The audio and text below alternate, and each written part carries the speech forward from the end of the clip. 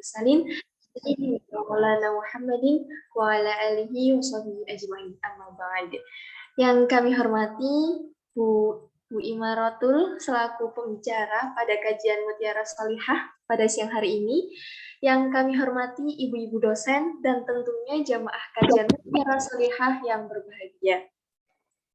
Puji syukur hadirat Allah SWT yang telah memberikan nikmat dan hidayahnya kepada kita semua sehingga kita dapat berkumpul dalam kajian Mutiara Sholihah di siang hari ini. Untuk kajian Mutiara Sholihah siang hari ini, insya Allah akan membahas dengan tema kemandirian perempuan dalam ekonomi. Wah, ini insya Allah materinya sangat menarik ya, sesuai dengan kebutuhan orang-orang zaman sekarang, yaitu cuan gitu ya. Selanjutnya salawat serta salam semoga tetap tercurah limpahkan kepada baginda kita Nabiullah Muhammad SAW. Sebelum kita memulai kajian Mutiara Sholihah siang hari ini, alangkah baiknya kita buka terlebih dahulu dengan membaca suratul Fatihah. Ila hadirin Nabi Mustafa Sayyidina Muhammadin sallallahu alaihi wasallam. Syawalillahi lana wa lahul Fatihah.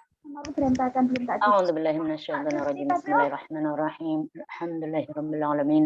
Arrahmanirrahim. Iyyaka na'budu wa iyyaka nasta'in. Ihdinas siratal mustaqim. Siratal ladzina an'amta 'alaihim ghairil maghdubi 'alaihim waladdallin. Amin amin ya rabbal alamin. Baik, untuk acara selanjutnya kami persilahkan kepada Bu Im untuk memulai kajian Mutiara Sholihah kali ini. Pada waktu dan tempat kami persilahkan. Monggo Bu Im. Assalamualaikum warahmatullahi wabarakatuh. Waalaikumsalam warahmatullahi wabarakatuh. Sebelum dimulai, ayo anak-anakku mahasiswa, begitu kalian masuk ke forum Zoom langsung dimatikan suaramu ya Kak ya, supaya nggak kacau ya. Nah, terima kasih. Untuk tim kajian Mutiara Sholihah mahasiswa ITS yang saya banggakan, ya, saya merasa terhormat karena selalu diajak begitu ya. Alhamdulillahirabbil alamin. Kemudian Bapak Ibu dosen, mahasiswaku baik dari Wonogiri maupun dari UIN Sunan Ampel Surabaya, kemudian dan masyarakat semuanya, Mbak ini utamanya Mbak karena mau Jumatan ya, Mbak, Ibu, Bu Nyai, Kakak dan semuanya pecinta kajian Mutiara Sholihah yang berbahagia. Alhamdulillahirabbil alamin. Allahumma sholli ala sayyidina Muhammad. Mohon maaf sebelumnya tadi ada gangguan teknis, saya juga tidak tahu tiba-tiba. Mohon Mbak admin ya, suaranya dikendalikan. Oke, ampun. Jadi kali ini saya akan berbicara tentang kemandirian perempuan dalam ekonomi.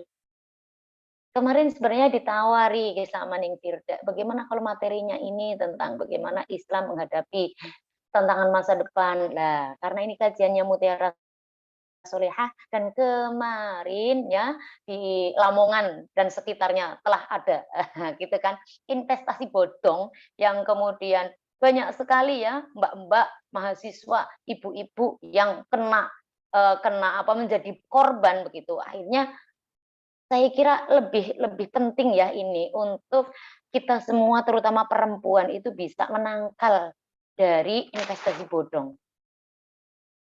Jadi nanti kita akan bicara, monggo silahkan di slide-nya di itu Mbak ditampilkan ya. Jadi temanya alasan kenapa perempuan harus mandiri secara ekonomi, secara finansial kenapa perempuan harus mandiri.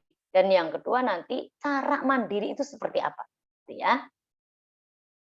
Jadi fakta dan kasusnya, monggo Mbak Nia langsung ke slide 3. Fakta dan kasusnya, itu yang pertama ya, perempuan itu gimana sih ya? Kan memang senang belanja tuh ya. Nah ini benar ini. Sampean buat gede Mbak slide show, ya gitu ya. Jadi yang pertama, supaya tidak dijadikan tumbal oleh suaminya yang memelihara tuyul dan pesugihan. Ini kayaknya nggak ilmiah ya, tapi ini serius ya, fakta. Telah Bu Im merasakan sendiri. Artinya begini, saya menjadi korban yang digendongi tuyul ya. Jadi gini, kenapa sih ya? Umumnya kan perempuan nuwun sewu karena yang mengelola keuangan keluarga itu perempuan, maka yang merasakan kurang, cukup atau tidaknya dana ya di dalam keluarga itu kan perempuan. Nah, ketika perempuan itu kemudian tidak punya pekerjaan, itu kemudian kan matur ya, bilang ke suaminya, "Mas, saya pengen ini tadi uang belanjanya kurang, Mas. Saya pengen ke sini, Mas. Saya pengen seperti teman-teman yang lain punya mobil, bisa jalan-jalan dan lain-lain sebagainya." Nah, itu mestinya ketika si istri meminta berdiskusi ke suaminya bahwa dia pengen ini belanjanya kurang dan lain sebagainya. Mestinya kalau pengen kaya harus apa, Nak? Kalau pengen kaya harusnya kerja kan? Kalau pengen cukup harusnya kerja kan? Tapi ada orang yang kurang imannya kemudian mencari jalan pintas, ingin menyenangkan hati istri, ingin mencukupi kebutuhan keluarga, ternyata dengan jalan pintas yaitu ambil rezeki-rezeki yang tidak halal dengan beragam cara, termasuk juga apa tadi memelihara pesugihan, ya. Nah, kalau kemudian tidak ada yang dijadikan tumbal, bisa jadi yang dijadikan tumbal adalah istrinya. Itu loh masalahnya. Ya. Jadi kita itu para perempuan harus mandiri secara finansial, mandiri secara ekonomi, bisa bisa menghasilkan uang, ya Nak ya, bisa menghasilkan uang, bisa menghasilkan dana sendiri dan bisa mengelolanya dengan baik. Kemudian ini kasus yang kedua, ini semuanya kasus yang Bu Im merasakan dalam bulan Februari ini. Yang kedua adalah tidak didesak untuk menyetujui poligami suaminya.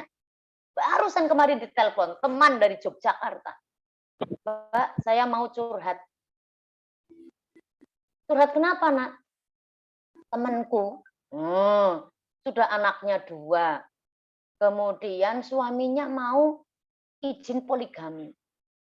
Lah kok bisa begitu? Nah, ini problemnya. Mbak, Mas, ibu-ibu semuanya anak-anakku, terutama yang perempuan. Ketika keluarga memulai usaha, ya, ketika memulai usaha itu bareng. Tapi ketika istri punya anak, suami sendiri yang bilang, "Wis, Dek, awakmu konsentrasi ngurusi anak-anak saja. Ora usah ngerewangi usahaku." Ternyata ini kasusnya ya, temanku Jogja itu. Suami itu punya kedekatan dengan karyawannya yang perempuan yang dianggap apa ya, bisa mendampingi suksesnya usahanya itu. Jo, sekarang izin ke istrinya supaya diperbolehkan poligami. Lah kepiye ngono kuwi. Ya toh. Jadi ya banyak sih, insya Allah masih banyak suami yang solih. Tapi faktanya ada yang kayak gitu. Ketika si istri jegur jadi ibu rumah tangga saja, saya tegaskan saja ya, artinya tidak menghasilkan keuntungan secara materi. Ternyata kemudian suami berbeda cara berpikirnya. Gitu loh ya. Jadi si istri pertama itu pengen dijadikan produk pabrik anak saja. Kemudian dia jatuh cinta lagi kepada karyawannya yang dianggap ikut membesarkan usahanya. Ayo, njuk kepiye ngene iki? Kemarin saya tanya, "Lah kamu ridho enggak suaminya poligami?" "Ya enggak lah, Bu." Ya sudah, usahakan semaksimal mungkin. Diskusikan dengan suami kamu, pertahankan cintamu, pertahankan cintamu. Pertahankan pernikahan kamu, bla bla bla bla. Ternyata dalam diskusi selanjutnya dia bilang, sekarang suamiku tidak butuh izinku. Bahkan saya sekarang dikasih, Bu, contoh-contoh contoh-contoh kasus mereka-mereka yang poligami, dan saya disuruh baca semua buku tentang poligaminya mereka-mereka. Nah, nuwun sewu, kan ada kelompok tertentu yang gampangannya menganggap bahwa poligami itu sunnah Rasul, dan istri yang tidak memberikan izin suaminya berpoligami maka akan mendapatkan masuk surga, masuk neraka, kan begitu. Jadi istrinya ini sekarang didoktrin untuk bisa memberikan izin. Dan ketika mentok si istri tidak memberikan izin, suami mengancam, tanpa izinmu pun saya tetap bisa nikah. Oh, kan? Padahal tadi jeluntrungannya, awalnya adalah karena si istri tidak tidak mandiri secara ekonomi. Nah, pikirannya istri-istri kayak gitu itu bisa ditekan untuk apa Pina? Dimintai poligami dan lain sebagainya. Ya. Kemudian alasan selanjutnya kenapa perempuan itu harus mandiri secara ekonomi? Cinta suaminya itu tadi loh ya, insya Allah lebih tulus.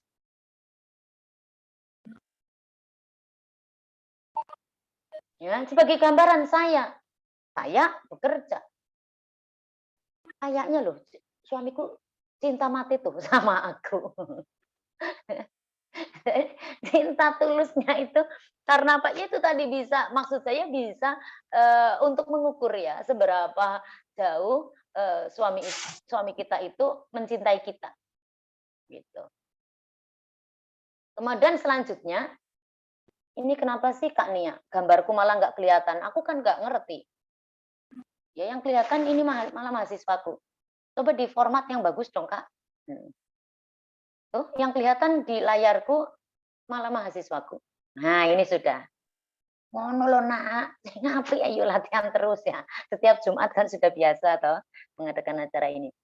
Selanjutnya kemudian anak-anak itu ya, ini mbak-mbak yang belum berkeluarga, belum punya anak, apalagi yang ibu-ibu yang sudah punya anak, coba toh. Yang kita sebagai perempuan, sebagai ibu, sebagai istri, itu punya penghasilan, ya, itu anak-anak itu akan bangga kepada ibunya. Ini juga kasus lagi nih, ya. Pokoknya yang saya ceritakan ini memang kasus yang teman-teman saya pada curhat. Jadi ada banyak kasus istri yang ditinggal mati oleh suaminya. Ini ditinggal mati loh ya, bukan dicerai ya. Nah, kebetulan si istri ini kan dulu sudah diboyong ke keluarga suami kan. Ketika suaminya meninggal, loh lah kok dileh-lehno, diweleh-welehno. Kalau bahasa sekarangnya dibully oleh keluarganya suami. Ya intinya kamu tuh hanya menumpang hidup lah. Kamu hanya beginilah, kamu tidak layak mendapatkan waris lah, apalah.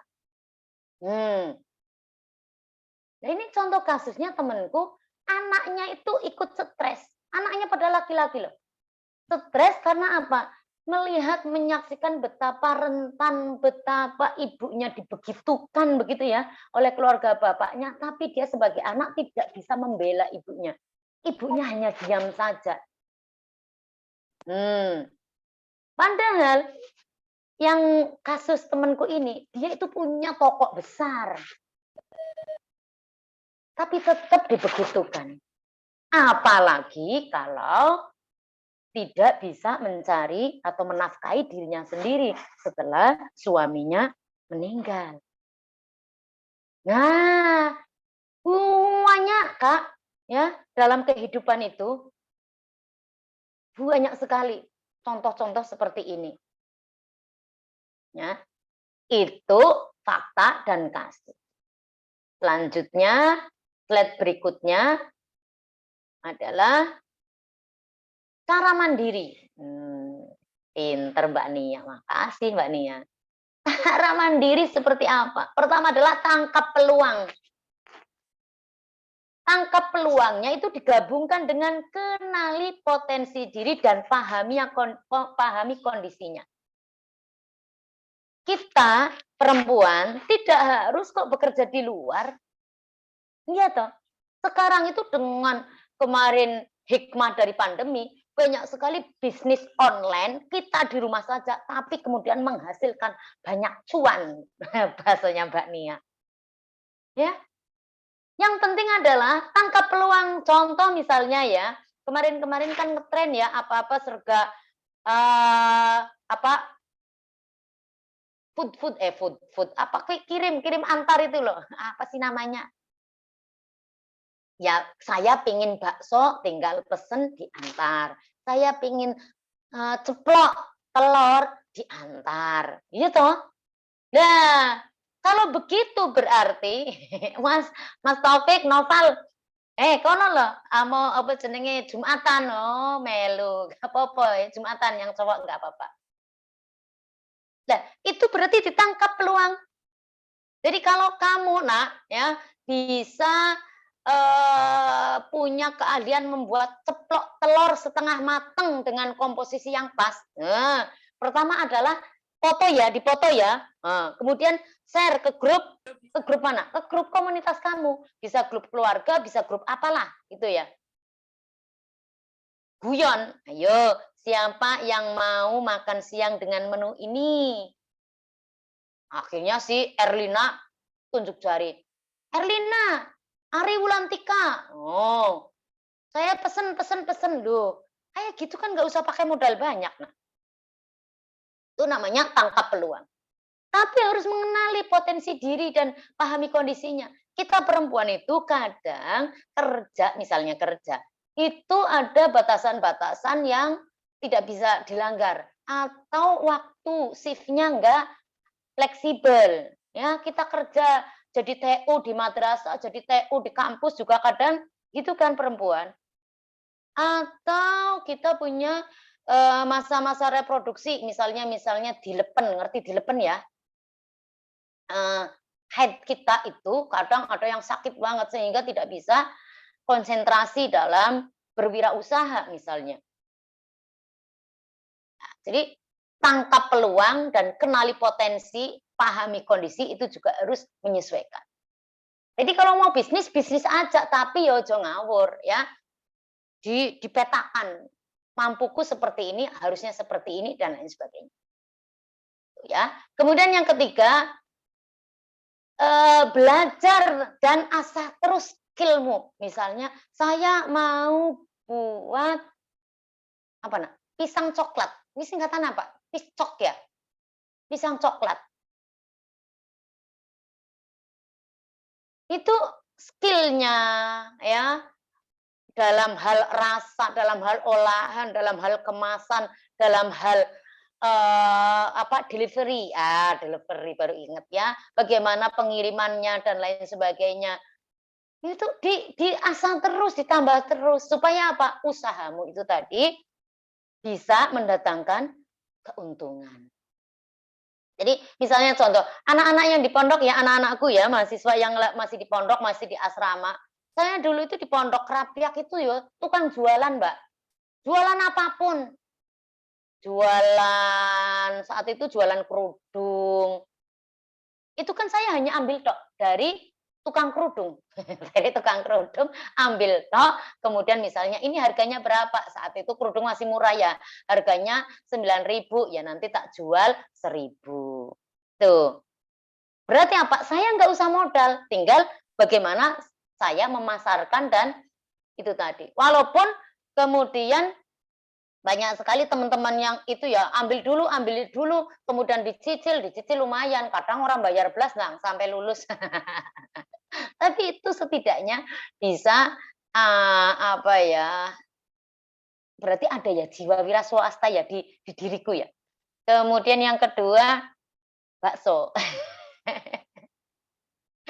Jadi ada Pak bakso yang standby di depan pondok. Kemudian saya yang tukang woro-woro ke teman-teman gitu lah ya. Itu loh sudah ada loh tukang baksonya, siapa yang mau beli bakso gitu. Nah, saya dapatnya untungnya apa? Ya kan saya dapat bonus. Dapat bonus kalau bakso tidak usah bayar. Lumayan kan? No. Ya apapun ya. Jadi kita usaha itu menangkap peluang, kenali potensi, pahami kondisi itu banyak sekali ininya, ragamnya. Nah. Jadi itu tadi hanya gambaran. Atau kalian yang lagi kos misalnya ya, lagi kuliah di kos-kosan, kamu kan bisa misalnya pertama kamu mungkin ada koperasi kecil di kamarmu menyediakan nuwun sewu pembalut biasanya ya, pembalut atau sekarang masker Kak ya yang sangat dibutuhkan, masker. Tinggal ditulis ini harganya berapa, gitu kan lumayan. Setidaknya kebutuhan kamu tentang masker, tentang pembalut bisa kamu usahakan sendiri, nggak usah bayar gitu. Atau kamu jadi ini juga nggak apa Nak, jadi kuli, jadi kuli. Jadi temenmu yang males beli di luar, saya nitip dong dan lain sebagainya, kamu bisa. Ya kalau kamu nitip, teman-teman podo nitip belikan nasi semua keluar, aku dibonus dong esnya, nah, kan lumayan gitu loh ya. Misalnya, itu tidak mengurangi derajat kamu Nak, ya, ora usah gengsian dadi wong, kalau pengen kamu belajar mandiri sejak dini ya. Lumayan pokoknya, lumayan. Kemudian selanjutnya adalah yang keempat ya, kalau kamu sudah bisa mendapatkan keuntungan, bisa mendapatkan dana sendiri, maka tentukan tujuan keuangan kamu.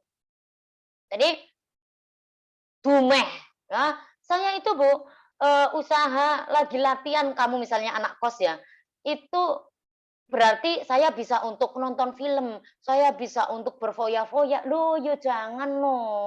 Ya, jangan begitu no. Jadi tentukan tujuan keuangan kamu yang pertama adalah kebutuhan dasar dan pribadi kamu sendiri apa itu? Pertama tentu kenyamanan kamu dalam mengelola dana kamu. Itu kebutuhan dasar loh ya. Kamu tidak tergantung kepada wesel, tidak tergantung dari transferan orang tua. Itu masuk di kebutuhan dasar. Hal-hal pribadi kamu misalnya untuk makan jadi cukup, untuk tadi kebutuhan-kebutuhan dasar seperti sekarang masker, kemudian perempuan itu apa ya tadi? Iya, pembalut ya. Itu sepele tapi perlu. Nah, hal-hal begitu tuh perlu ditentukan dulu. Baru kemudian nanti tujuan-tujuan jangka panjang, nabung, kalau lebih ya berarti investasi dan lain sebagainya. Masuk ke kebutuhan dasar adalah kebutuhan untuk perkuliahan kamu. Nah, ibu-ibu kalau ibu-ibu ya berarti kebutuhan dasar, kebutuhan primer. Papan, sang, papan, sandang, pangan, papan, sandang. Plus kalau sekarang kebutuhan yaitu kebutuhan kesehatan dan pendidikan anak masuk ke kebutuhan primer. Jadi tentukan, kelola, maksudnya dikelola itu keuangannya. Yang kelima adalah bijak berbelanja anak-anakku. Ibu-ibu, ibu ya hadirin semua pemirsa, peserta kajian Mutiara Sholihah yang berbahagia. Saya juga perempuan. Saya juga perempuan. Senang banget yang dikongkon belanja. Dulu di awal pandemi malah bingung kan? Biasanya pencilaan, ngerti ya pencilaan ya? Bekerja di luar. Tur, sambil misalnya jemput anak juga mampir kemana-kemana beli es lah, ke swalayan lah dan lain sebagainya. Lah, ketika pandemi kan dikurangi tuh. Karena kacau kemudian saya saat itu senang banget belanja anggrek. Dengan alasan apa di situ tuh ada tulisannya, self reward, penghargaan kepada diri saya sendiri. Ya, karena saya disanjung sama disanjung, dikasih saran habis sama anakku. Nah, boleh nggak Ibu, memelihara anggrek dan beli-beli belanja anggrek kayak gini mahal? Bukan untuk dijual kembali, bukan untuk modal usaha, kata anakku. Sekali-kali dong Bu, hargai diri sendiri. Ibu itu udah kerja, udah macem-macem. Boleh dong, membahagiakan apa, beli sesuatu yang bisa membahagiakan Ibu sendiri. Itu namanya self reward. Tapi ternyata kebablasan. Ibu-ibu, jangan seperti saya, kebablasan. Pengennya tuku terus kan kayak gitu. Habis itu nggak bisa ngopeni, nggak bisa merawat. Saiki yo mati kabeh. Yo banyak yang mati daripada yang hidup. Hidupnya juga hanya sekedar mempertahankan hidup itu anggrek. Ya, jadi self reward itu boleh, tapi jangan kebablasan dan harus disesuaikan dengan anggaran panjenengan, anggaran ibu-ibu semua, mbak mas, ibu-ibu semua. Ya, jadi bijak berbelanja itu karena kadang ada apa jenenge, apa ya namanya, keinginan untuk bebas belanja. Jadi tadi mandiri secara ekonomi agar kita sebagai perempuan itu bisa bebas belanja, bisa bebas mengelola keuangan sendiri. Tapi ingat, harus bijak. Selanjutnya adalah jangan sampai kita itu terlilit hutang. Ya. Jadi cara mandiri itu jangan sampai kita pengen mandiri tapi kebablasan akhirnya terlilit hutang. Selanjutnya adalah kartu kredit. Harus bijak gunakan kartu kredit. Kartu kredit itu harus hanya untuk moda pembayaran saja. Jangan sampai kartu kredit untuk hutang. Karena pada dasarnya kartu kredit itu adalah kartu utang. Okay. Jadi kartu kredit hanya untuk bayar dan yang paling utama bijak berbelanja adalah catat pengeluarannya. Catat. Jadi yang panjenengan habis tuku opo atau dalam 1 bulan itu harus ada catatannya. Kebutuhan bulanan apa, kemudian nanti ketika panjenengan sudah belanja, ketika ibu, mbak, mas sudah belanja, kemudian diconteng. Sudah belanja, sabun, contreng. Aduh, ini suaranya siapa ya? Mbak, mas, nah, ayo. Yang masih on, mic-nya tolong ditutup. Nah, ini direkam loh ya. Nanti kalau diupload di YouTube, suaramu kayak masuk itu aku kok jadi malu. Masuk ke jejak digital. Ayo, yang mic-nya masih nyala tolong dimatikan. Selanjutnya adalah cara mandiri itu bagaimana perempuan bisa mandiri adalah work life balance, ya. Jadi harus ada keseimbangan memanfaatkan waktu antara bekerja dan memanage kehidupannya. Jangan sampai pingin jadi Wonder Woman, ya, wanita karir sampai gila kerja lupa waktu. Kalau lupa waktu kerja terus bisa jadi secara fisik, secara jasmani kita sakit. Buat apa duitnya akeh tapi duitnya banyak, uangnya banyak kalau kita tidak bisa menikmati karena sakit itu tadi. Ya. Berarti harus dijaga kesehatannya. Kalau tubuh kita merasa lelah, merasa capek, merasa ngantuk, itu alarm, ya, alarm dari tubuh istirahat. Tuh. Dan juga harus perhatikan quality time. Quality time bersama keluarga. Kalau yang sudah berkeluarga. Kalau yang berkeluarga ya dengan teman-teman, dengan diri kamu sendiri. Gitu loh ya. Kadang kan enggak. Apalagi ibu-ibu yang kerjanya di rumah. Saking sibuknya dengan pekerjaan. Anaknya ora keurus walaupun panjenengan di rumah tapi rasanya jauh. Seperti jenengan ada di Amerika. Karena apa? Panjenengan tidak memperhatikan anak-anaknya. Ya, sekali lagi ini ciri mandiri, bagaimana caranya mandiri, tidak harus kerja di luar, tidak. Sekarang bisa kerja di rumah. Tetapi jangan sampai ya panjenengan kerja di rumah tapi tetap lupa dengan kewajiban panjenengan sebagai ibu, sebagai istri. Gimana? Ora kacek namanya. Nggak ada bedanya antara kerja di luar sama di rumah. Ya jangan begitu no ya. Harapannya panjenengan jadi ibu rumah tangga dan kemudian kerja dari rumah itu punya waktu yang cukup untuk urusan rumah tangga panjenengan, suami panjenengan tos pundi, bagaimana kondisi suami, tetap harus diurusi, anak-anak juga seperti apa, kemudian bersih tertibnya rumah juga panjenengan tetap harus diupayakan. Bu, jenengan iku piye? Lah yen ngono ki sama aja. Akhirnya perempuan semua, istri semua, anak perempuan juga yang capek.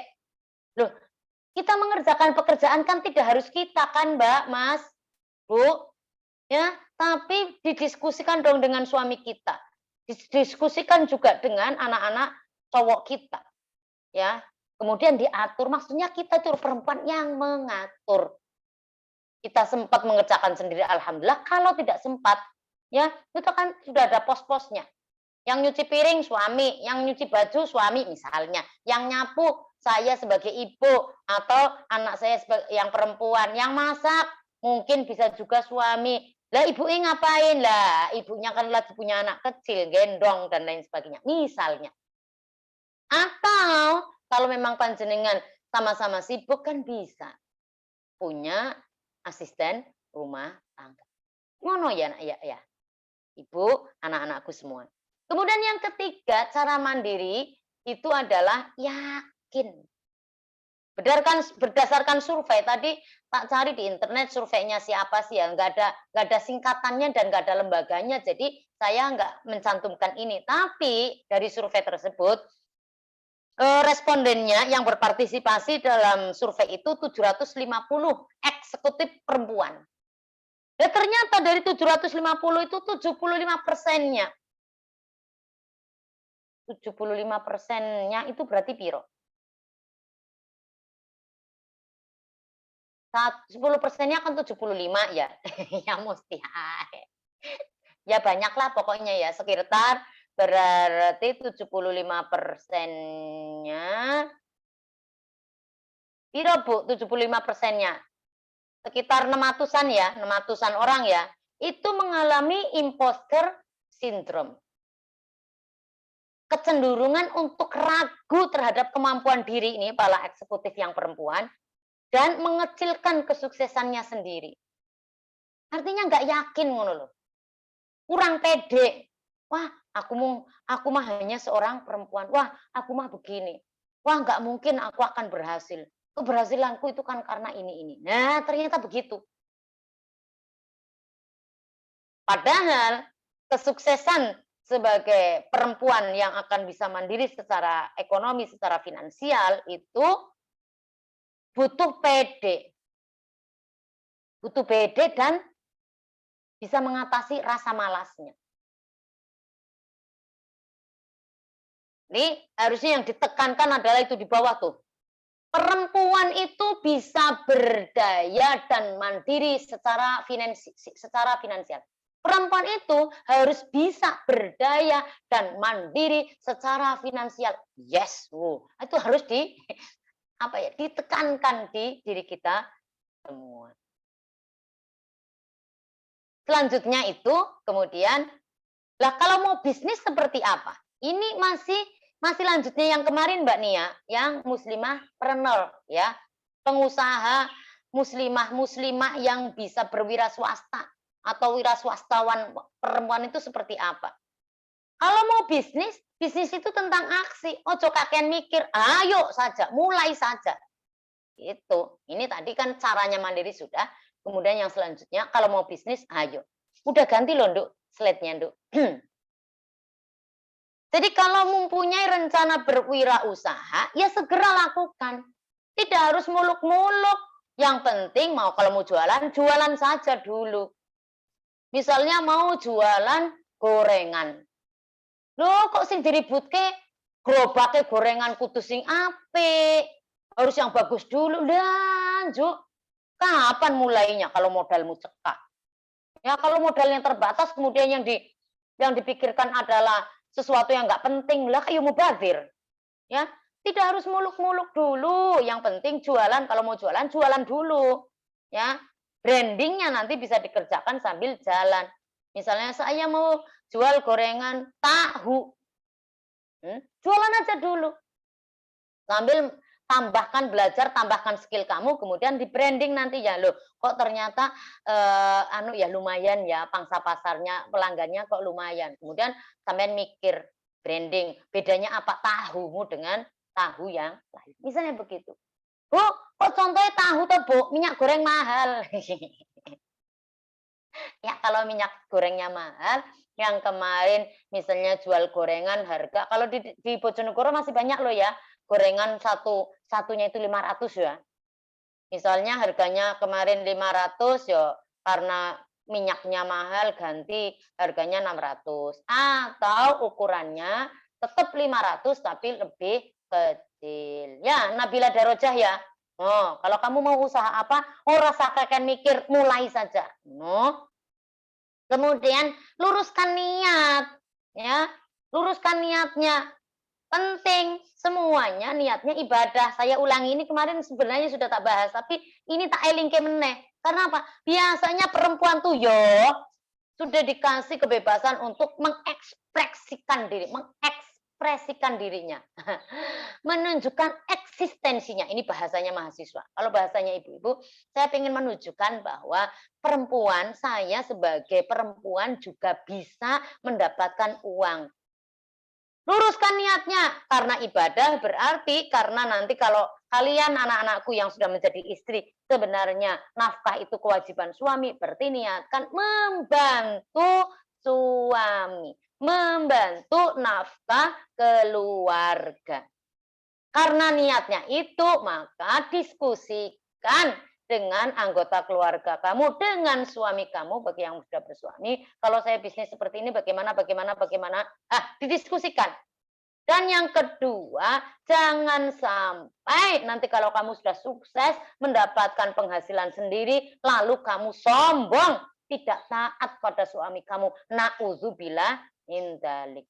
Saya itu taat, Bu, tapi omonganmu, sombongnya por-poran dan itu akan menyakiti suami kamu. Baik Im, kok saiki sampean alhamdulillah yang duwe mobil. Oh ngene iki. Mergo aku lho bantu usaha. Iki mergo aku. Waduh ya. Ya. Jadi cangkeme cangkem. Produksi dari mulut kita itu harus dijaga. Pilih kata-kata yang tepat. Ya, ketika Mbak Im, kok alhamdulillah saiki kok iso tuku mobil barang, sampean tinggal bilang alhamdulillah. Alhamdulillah, bojoku bisnisnya lancar. Alhamdulillah, aku yo bisnisnya lancar. Kenapa harus menjawab seperti itu, Mbak, Bu? Ya. Karena apa? Kalau tidak dijelaskan, orang yang tadi tanya loh ya. Misalnya, Mbak Im, kok saiki sampean dadi duwe mobil barang, kemudian sampean jawab rahasia. Itu bisa jadi nanti jadi dipersepsi ya, disuuzoni. Oh, alah, paling ini gue kesugihan, paling korupsi, paling ini. Ya, kita tahaddus bin ni'mah, cerita kesuksesan kita juga perlu, tetapi ingat, pilih kata-kata yang tidak sombong, ya, tidak mamer kekayaan, tapi semata-mata untuk menunjukkan bahwa saya bisa beli mobil itu karena saya punya usaha dan usahaku jalan lancar, untung.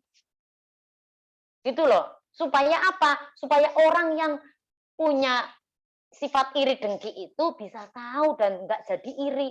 Oh maklum, dan Bu Im itu bisa punya mobil karena ini. No. Ya, sekali lagi balik, luruskan niat. Dan ketika kita mau berbisnis jangan lupa terapkan ya. Ikuti aturan-aturan bisnis itu. Pakai izin. Dan lihat tadi kenali dan potensi, balik lagi. Kemarin kan ada tuh itu korban-korban investasi bodong ya. Mahasiswa sapa ku jenenge kuwi? Sapa jenenge lali aku yang di Lamongan itu. Dan ternyata korbannya itu juga banyak mahasiswa putri-putri, ibu-ibu. Karena Pak kita itu ya kadang itu hanya ngikuti rasa. Ya, misalnya saya nih jadi investor. Kira-kira sampean aja gampang percaya karo Bu Im ya misalnya. Ayo investasi lewat Bu Im. Oh, kalau kamu menginvestasikan 10 juta, nanti 1 bulan kamu akan mendapatkan keuntungan setiap bulan 1 juta. Maksudnya duitnya 10 juta tetap, kemudian sebulan yang akan datang kamu sudah langsung mendapatkan keuntungannya 10 juta, 10 juta, 1 juta, gitu terus 1 juta, 1 juta misalnya. Ojo gampang percaya. Karena apa? Ya, kalau yang tahu tentang BI rate tuh, BI. Suku bunga yang ditetapkan oleh Bank Indonesia. Itu yang real gitu loh ya. Kalau duit 10 juta diinvestasikan, maka sebulan, apalagi bulan pertama, mungkin langsung untung 1 juta. Mungkin. Jadi kalau ada yang menawar investasi, untungnya gede banget ya. Itu pasti mau ngopo pakai skema Ponzi ya, untung-untungan saja. Artinya apa? Misalnya nih ya, tak contohkan. Apa tadi? Niat tadi. Saya menawarkan 10 juta Niat masuk ke saya. Saya kan tadi Mbak yang pengepulnya. Manajer pengepul. 10 juta. Ya. Kemudian saya menjanjikan Nia dapat 1 juta ya tadi Nia ya. Nanti di bulan ini bulan Februari. Nanti awal Maret loh Nia bisa kasih 1 juta. 1 jutanya itu kenapa saya bisa ngasih keuntungan ke Nia 1 juta? Karena apa? Ada anggota lain yang ikut menginvestasikan atau gampangannya mentransfer uangnya ke saya. Begitu terus nak. Nah, suatu saat kan mentok tuh, saya nggak bisa cari anggota baru.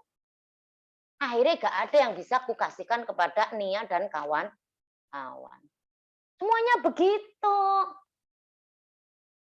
Ya, jadi kalau ada iming-iming ya, tawaran hasilnya gede banget itu pasti bohong. Karena apa? Sebulan itu ya paling gede itu 1%. 1% itu yang 10 juta pira nih ya? 1%-nya 1%-nya 10 juta itu piro nih ya? 10 juta ini 0,6 ya? 0,6 dikurangi 2 berarti 10.000. Paling gede loh ya 10 juta itu ya. Keuntungannya 10.000. Kalau diinvestasikan. Jadi kalau ada yang bilang 10 juta nanti bulan depan dapat setiap bulannya dapat 1 juta, itu ngawur banget, Nang. Ngawur. Itu ya. Kemudian selanjutnya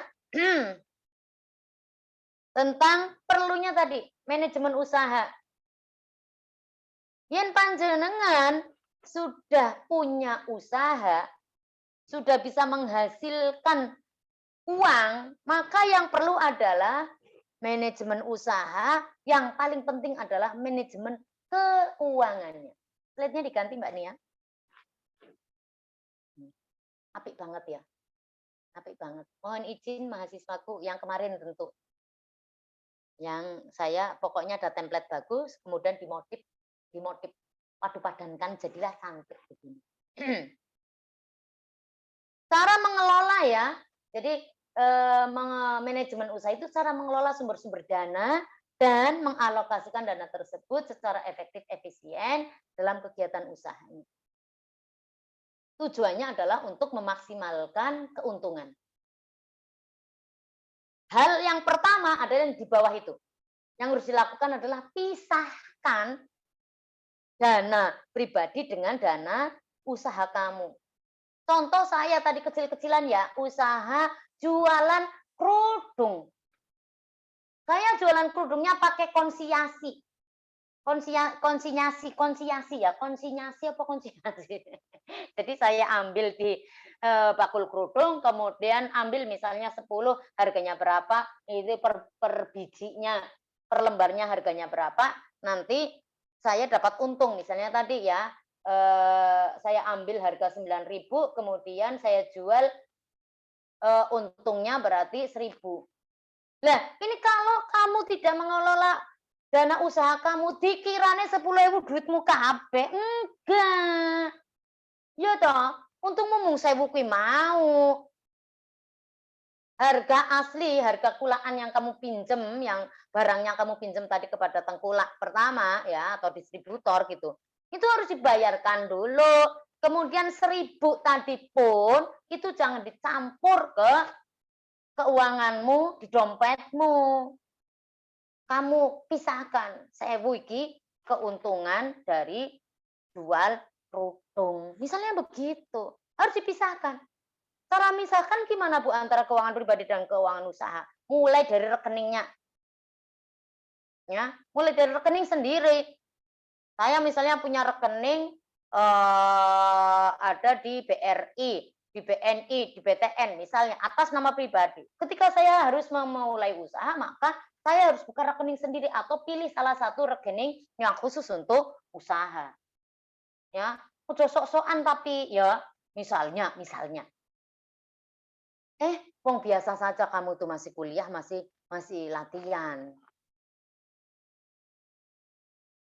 Mosok rekeningnya akeh banget, Bu. Setidaknya catatannya ada antara uang dari ibu bapakmu sebagai biaya kuliah dan hasilmu usaha dicatat. Ya, saya ulangi tadi ya, jangan salah salah terima, salah tompo ya, bahwa rekeningnya dibedakan itu bagi yang memungkinkan punya rekening bank. Kalau tidak ya berarti catatan pembukuan dan pengeluarannya harus dibedakan. Ngono ya Nak ya. Sekarang sudah jam 12.07. Ya, jadi manajemen keuangan itu yang simpel aja yang bisa kamu usahakan.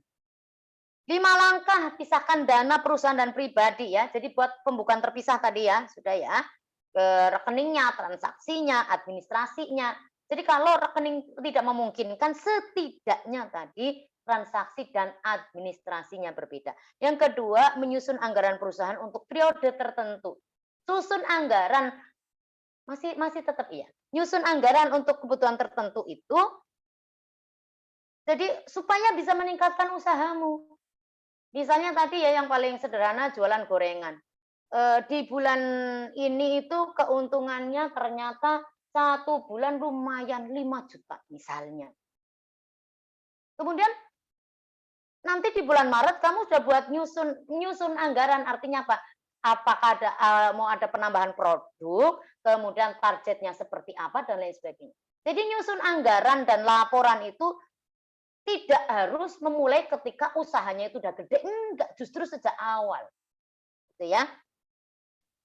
Begitu juga membuat laporan keuangan. Dan yang keempat adalah disiplin. Karena apa? Ketika kita sudah punya usaha, barangkali kan kita punya karyawan. Ya, berarti semakin banyak orang yang menggantungkan hidupnya kepada usaha kita. Kalau kita nggak disiplin, ya ngalamat.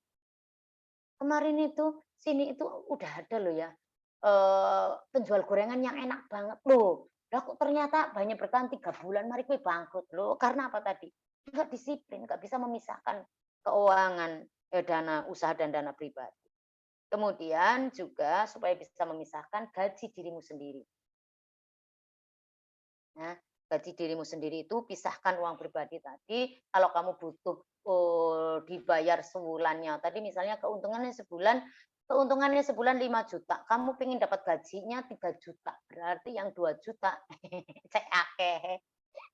Nah, 2 juta itu kanggo pengembangan usaha mana, buat karyawan mana, ya terserah ya, supaya kamu bisa memisahkan, ternyata kamu menggaji dirimu sendiri 1 bulan 3 juta. Oke, berarti yang 2 juta masukkan ke tabungan, ke dana perusahaan sebagai, untuk apa ya, untuk tabungan mengembangkan usaha atau untuk investasi yang lain. Gitu ya. Jadi ketika kita usahanya untung, jangan buru-buru dibelanjakan semua, hitung dulu. Karena apa? Keuntungan tadi misalnya dapat untung 5 juta. 5 juta itu untung sudah bersih, sudah dikurangi dengan apa nak? Dengan gaji karyawan, sudah dikurangi dengan kebutuhan transportasi, sudah dikurangi dengan pajak, sudah dikurangi dengan misalnya biaya kontrak atau tidak, gitu loh ya. Kalau itu semua sudah bersih, baru namanya keuntungan bersih. Ya, saya kira itu ya, yang lainnya bisa dibaca sendiri.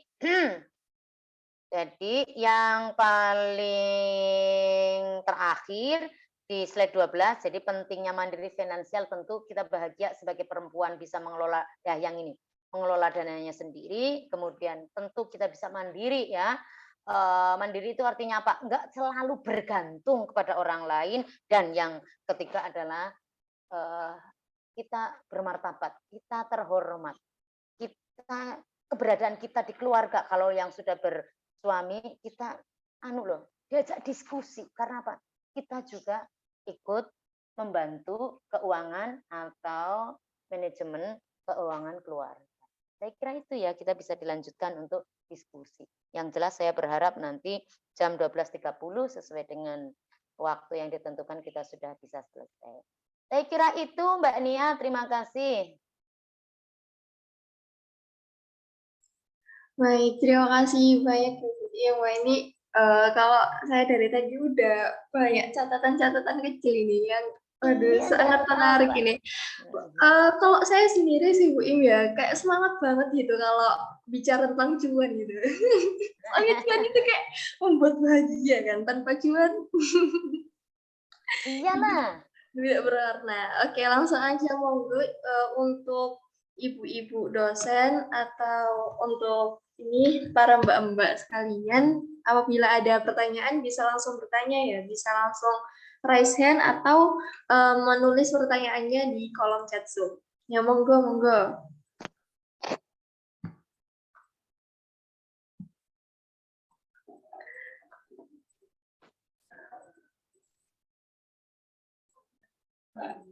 Oke, monggo mbak-mbak, ibu-ibu, monggo. Kalau enggak ada niki, kalau penonton pertanyaan. Enggak apa-apa, monggo. Jadi ingatan Bu Im, tadi itu saya sempat tertarik saat Bu Im itu bilang, ya nanti kalau udah sukses, jadi itu perempuan ya bekerja, terus habis itu udah sukses tuh jangan sampai malah nanti apa istilahnya itu kasarnya malah menginjak-injak suaminya gitu loh. Iya. Tidak sesuai dengan ini ya, apa sih? Ya yang ada biasanya gitu kan Bu Im. Nah, dalam suatu kasus ini tuh benar-benar saya menemui di dunia nyata dan saya benar-benar kayak, oh gini ya sampai kayak gini ngoten Bu Im. Jadi itu ceritanya seperti ini Bu Im. Kan waktu itu memang mungkin kondisi ekonomi keluarganya itu lagi sangat susah. Kemudian si istri itu memulai untuk bekerja. Nah, kemudian si istri itu apa benar-benar udah sukses, udah berpenghasilan dan berpenghasilannya tuh lebih banyak banget dari suaminya. Itu mungkin. Nah, kemudian si istri ini tuh kayak ngerasa ini apa kayak aku ngapain nikah mbak sampean gitu. Maksudnya kan aku udah bisa ngasilin uang sendiri, udah bahagia sendiri sama penghasilanku gitu, dan akhirnya itu berujungnya di perceraian gitu. Kalau ini sampai ngoten itu kayak waktu itu saya beneran kaget gitu. Wah, berarti ada ya kayak gini. Nah, untuk kasus seperti itu sendiri tuh sebaiknya cara nyikapinya itu gimana, Bu? Gitu. Makasih ya Mbak Nia. Makanya tadi harus diluruskan niatnya. Karena ya itu, ya.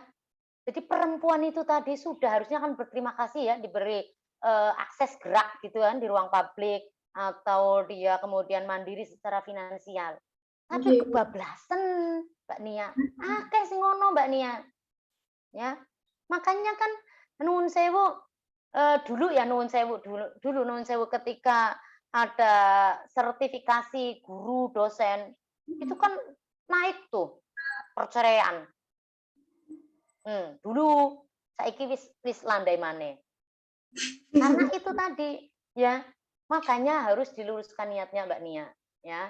Jadi kita itu perempuan, apalagi yang sudah punya istri ya, sudah punya istri, sudah punya suami, atau kita sebagai istri, kalau kita mau niat usaha itu maka membantu ekonomi keluarga. Satu.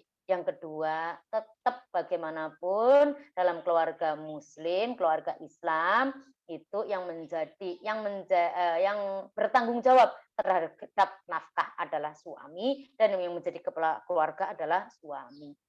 Karena kita tadi niatnya adalah membantu keluarga dan itu artinya membantu suami, jangan sampai diikuti dengan lambemu, para ibu, ya, yang nyelekit, apalagi kemudian tidak lagi membutuhkan suami. Kita harusnya sadar loh ya, kita harusnya sadar, sama aja dengan suami tadi yang kasus saya ceritakan Mbak, ketika kemudian udah kaya, ya, kan ada istilah, kita itu biasanya bisa tahan dengan cobaan ketika kita miskin, tapi justru tidak bisa menahan godaan ketika kita kaya. Akeh lanang maupun wedok sama. Ya, karena ini tadi yang dipertanyakan kasusnya yang diceritakan oleh Mbak Nia adalah istrinya sing ngelonjak itu ya, kebablasan oleh apa tadi salah niat, kebablasan oleh dia berekspresi di luar, itu sangat disayangkan ya, itu termasuk nuzuz Mbak. Kemarin rame kan ya ceramahnya si OSD, kalau ada kekerasan dalam rumah tangga itu lebih deh perempuan kalau ngelaporin itu namanya mengumbar aib. Oh bukan aib ya, ini kasusnya berbeda. Jadi kalau ada istri yang sudah kayak gitu, itu maka harusnya ya dari pihak istri, nggak boleh ya, haram ya istri yang begitu ya.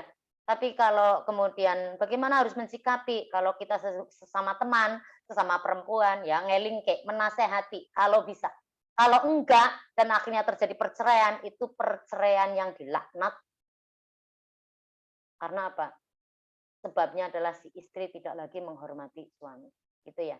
Tapi boleh enggak Bu, kalau suami itu sampai memukul, ngeling ke istrinya seperti itu, kalau Bu Im sebagai perempuan ya enggak usah begitulah ya. Karena Pak, perempuan itu dipukul dengan omongan saja, itu sudah mujarab. Ya, Bapak, Ibu, kalau ada mas-mas yang mendengarkan atau ini nanti di-upload di YouTube ya. Jadi menasehati perempuan, memperingatkan perempuan itu tidak harus dengan kekerasan fisik. Dengan omongan saja kita perempuan itu sudah sangat perasa. Gitu ya. Jadi harus diluruskan, niatnya diluruskan dan kalau Mbak Nia atau ibu-ibu yang lain melihat temannya seperti itu tolong diingatkan, jangan begitu, luruskan niat.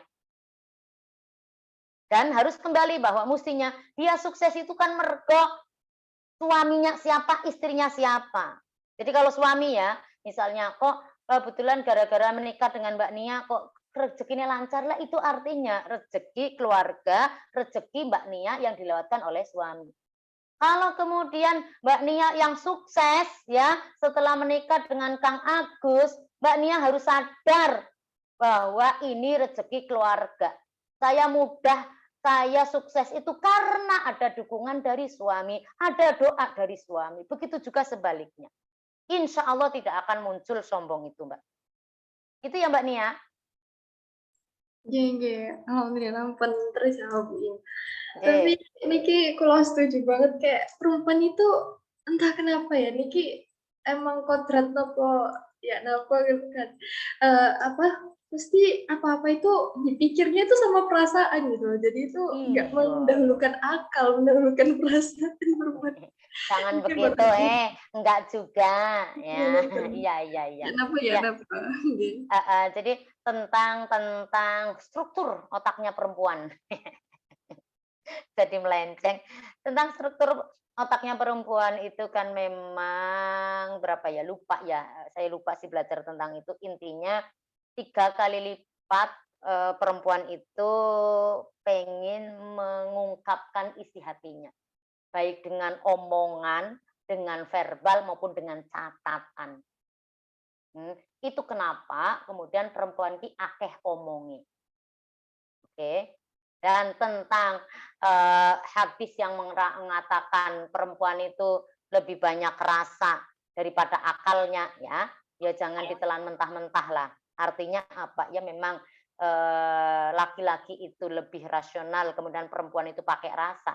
Tetapi sebagai perempuan modern dan yang mengikuti kajian Mutiara Shulihah ini, nah ya, panjenengan perlu nambahi ya unsur rasionalitasnya ketika memutuskan sesuatu. Gitu loh ya.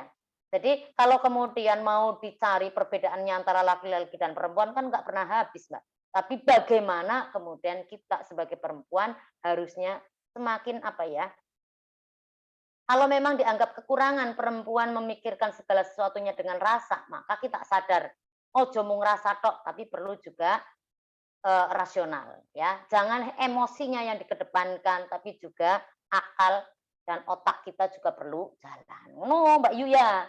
Ya biasanya biasanya kalau sudah kayak Bu Im, sudah setua Bu Im daripada akan marah, lebih baik diem, Mbak.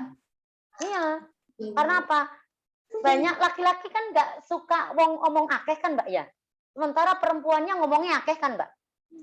Maka perempuannya direm, ngomong aja akeh-akeh.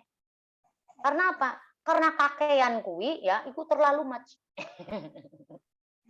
Emblenek, akhirnya pasangan kita juga nggak seneng kan. Ya kita pikir dulu, diem kalau nggak bisa, memilih kata-kata yang lebih bagus gitu ya.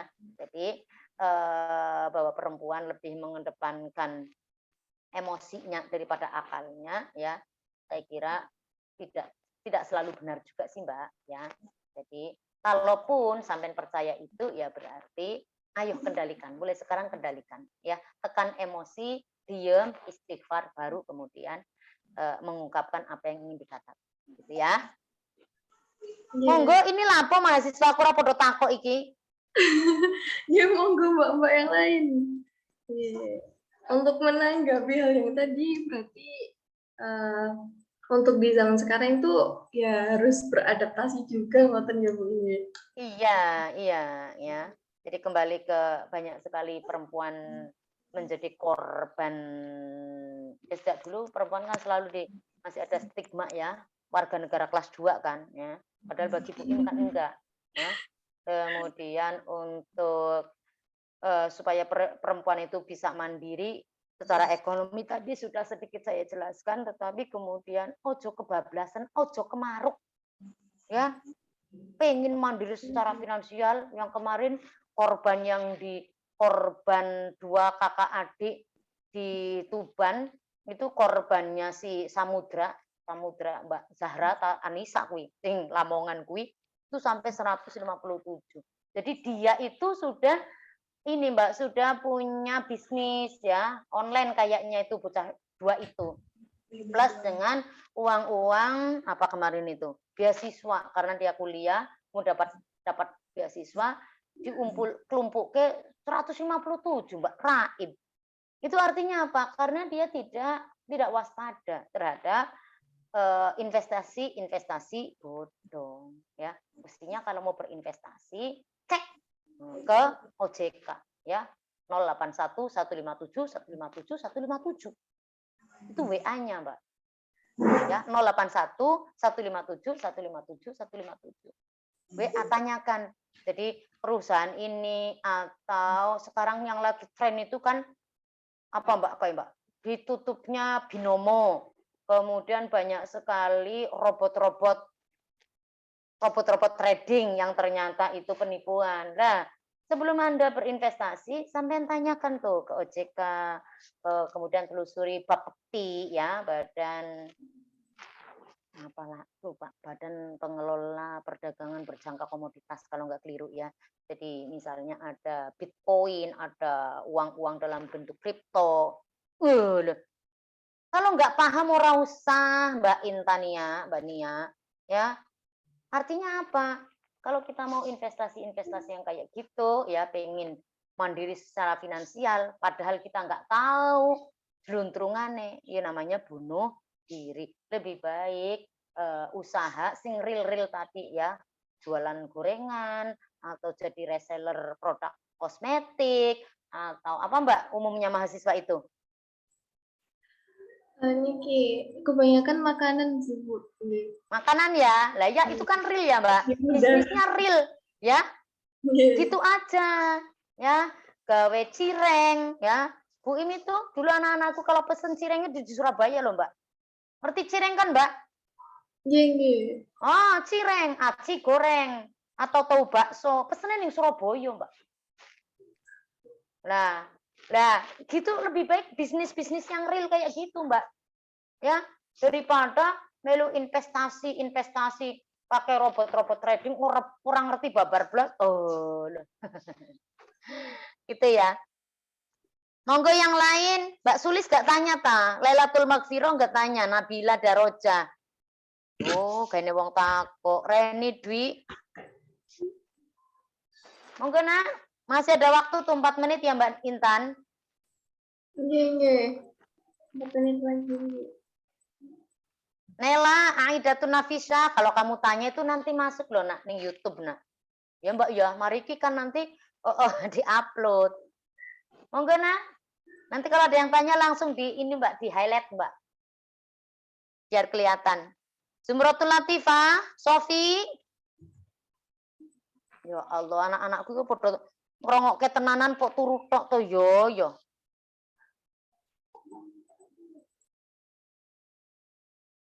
Monggo nak. Tak lihati tak absen. Ada Ainun Alvin, Afifatus Soliha, Adel, katanya Del. Ajeng Alfiani, Amalia Fadila. Iki ini bocah lanang blas saiki. Atin, Hanifah Zulaiha, Dewi Musdalifah, Eka Mei, Erna, Vika. Oh, ada sing lanang tetep mantengin, Mbak. Tapi wonge Jumatan, Gilang.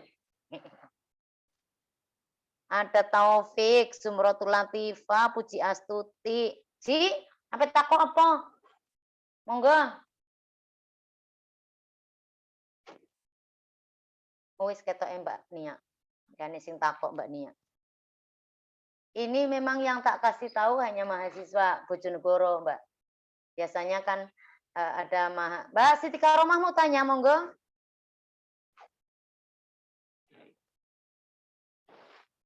Biasanya kan mahasiswa UINSA juga. Ini ibu-ibu nggak ada ya? Tak lihatlah ibu-ibu barangkali ada. Nggak ada Mbak? Ibu-ibu.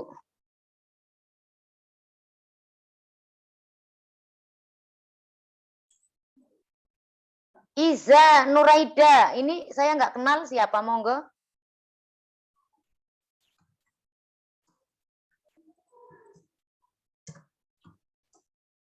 Monggo Mbak Nia. Kalau nggak ada yang kalau tidak ada yang tanya bisa dilanjutkan yang lain.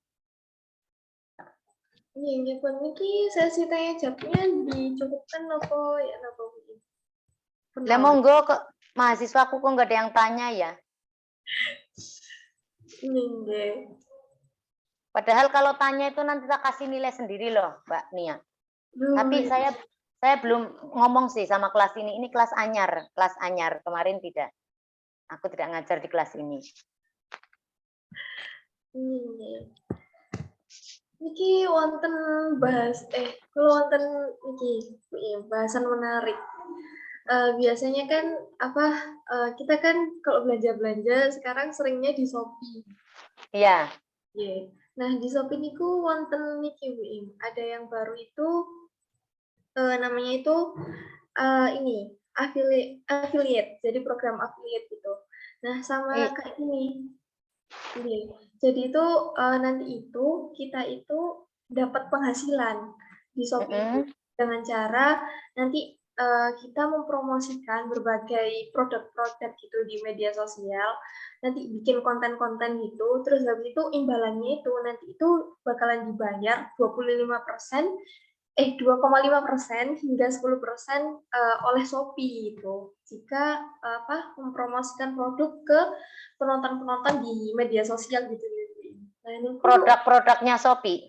nggih. Nah, niku nggak apa-apa gitu ya. Lah, kan lagi rame nemen itu. Ya, Nggih. afiliator kan. Nggih, Istilahnya nggih, terus. afiliator itu tuh yang kemarin rame banget kan. Yang sekarang lagi dihujat oleh netizen. Mas siapa itu? Mas siapa yang crazy rich Indonesia yang itu toh. Karena kemudian ternyata opsi binary ya, itu perjudian, Mbak. Yang di trading itu. Akhirnya afiliatornya ya. Jadi kayak tadi kasusnya di Shopee, saya mempromosikan punya Shopee, itu kan namanya saya ikut mempromosikan kan. Nah, itu namanya afiliator ya.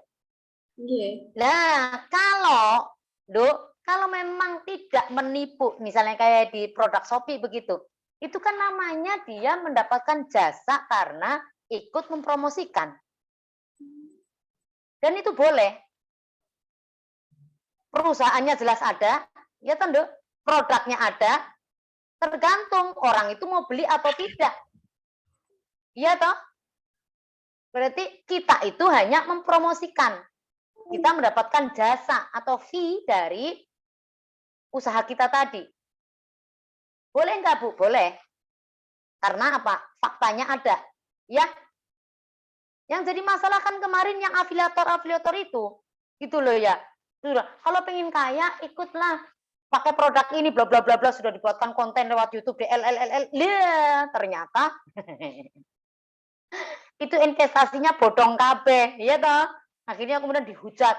Tobatlah Mas, dulu apa sih namanya? Gilang, bukan Gilang, sopo sih lupa.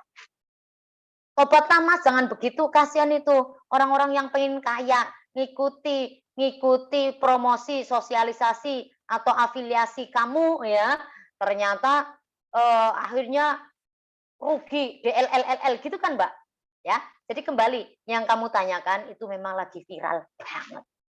Bagaimana caranya orang di bisnis sekarang itu dengan beragam cara dan luar biasa kemajuannya, ketanggihannya ya, moda-moda dan model-model transaksi ekonomi itu luar biasa di mengikuti perkembangan teknologi ini. Makanya kemarin tuh saya rasan-rasan ke Surabaya ya, jadi supir yang biasa mengantar saya itu ngambil S2 pendidikan. Kalau perkembangan di pendidikan, misalnya dia akan menjadi guru, maka yang diperlukan adalah bagaimana mengikuti kecanggihan teknologi itu untuk menyiapkan media dan materi pembelajaran kan, Mbak? Ya, Mbak. Tapi kalau di ilmu ekonomi dan dalam praktek ekonomi dan bisnis, tidak sekedar itu, Mbak. Ya toh, luar biasa. Kajiannya mahasiswa hukum ekonomi syariah, lah tambah akeh porporan. Karena apa? Perkembangan teknologi yang mempengaruhi perkembangan model-model dan transaksi-transaksi bisnis, lah melesat jauh. Orang mau deret ukur, deret ukur apa deret hitung? Orang mau deret hitung ya Mbak, tapi deret ukur, lompatan-lompatannya luar biasa. Kalau kalian yang di hukum ekonomi syariah tidak mengikuti ini, ya kemarin polemik cryptocurrency, apakah itu kemudian halal dan lain sebagainya, walaupun ada dua alasan Mbak, ada dua pendapat yang mengatakan itu halal, kemudian yang mengatakan haram, ternyata saya kemarin pas ngisi di Kiswah Tiski 9, saya secara pribadi lebih memilih pendapat yang mengharamkan. Karena apa? Bitcoin itu ya nilainya, satu Bitcoin aja 729 juta. Nah, kowe sing menentukan 729 juta ki sopo nih ya? Ya toh, nyatanya sekarang Bitcoin ininya sudah turun ya, ininya turun, boomingnya juga turun, nilainya udah turun. Dan sekarang kemudian robot-robot trading itu kemudian kemarin ngapusi kabeh, hayo. Gitu kan. Nah, ini Kak perlu dikaji terus. Ini kebetulan mahasiswa hukum ekonomi syariah yang banyak. Ibu-ibu barangkali ada yang ikut juga. Jadi jangan mudah tertipu, jangan mudah terbawa emosi untuk trading, untuk jual beli itu tadi yang di internet, apalagi yang opsi binary ya, yang ternyata itu perjudian dikemas dengan bisnis ya, itu harus hati-hati. Kalau mau investasi, Bu Im sarankan investasi real saja dulu ya. Kalau mau investasi finansial atau yang di elektronik ya, itu yang paling mungkin adalah apa itu Mak? Forex ya, jual beli mata uang, tapi yang nyata sama yang bisnis, saham, atau reksadana itu masih nyata. Insya Allah kalau panjenengan di reksadana mendapatkan manajer yang pas, akan gampangannya nggak ketipu dan dapat untung. Kemudian kalau di bisnis saham, investasi saham, kalau panjenengan memang punya kemampuan untuk itu juga untung dan ruginya itu nyata karena perusahaannya ada, duitnya juga ada gitu loh. Tapi yang lain-lain, saya Bu Im sendiri orang nututi jadi tidak menyarankan untuk itu. Saya kira itu Mbak Nia. Oke sih ya, matur nuwun Bu Im. Nah, ini Oke. emang pembahasan sangat menarik sih kalau bagi saya. Ya pun, Niki ada lagi enggak yang mau tanya atau dapat dicukupkan, Mbak-mbak, ibu-ibu? Iya, nggak ada yang tanya dan waktunya udah lewat, nggak apa-apa kalau Iya, dicukupkan dulu. ya pun. Iya. Ya pun. Untuk selanjutnya mungkin aku nutup nih Bu Im nggih. Monggo. Oh gitu. Jadi sebelum ditutup kesimpulannya tadi, kenapa perempuan harus mandiri? Supaya apa? Dia punya bargaining position, ya, posisi yang kuat dalam keluarga sehingga bisa bermartabat, bisa ikut mengambil keputusan dalam keluarga. Satu. Yang kedua, ingat luruskan niat supaya tidak menjadi sombong, apalagi sampai merasa tidak butuh suami, ya. Dan caranya berbisnis, kenali potensi dan posisi serta tangkap peluang. Keempat, kalau mau berinvestasi jangan kemaruk ya, harus pahami bentuk investasinya dan kalau Bu Im bisa sarankan investasilah yang real saja ya. Punya rumah, punya tanah, kerja keras, mendapatkan uang yang halal itu yang lebih baik. Terima kasih, semoga bermanfaat. Mari kita doa bersama-sama, semoga kita semua perempuan bisa kuat ya, bisa punya ketahanan ekonomi. Kalau kita punya keluarga, kalau kita sudah berkeluarga, semoga keluarga kita keluarga yang maslahah. A'udzubillahi minasyaitonir rajim. Bismillahirrahmanirrahim. Allahumma shalli ala sayyidina Muhammad. Allahumma aghnina bil ilmi wa zayyinna bil hilmi wa akrimna bit taqwa wa jammilna bil afiyah.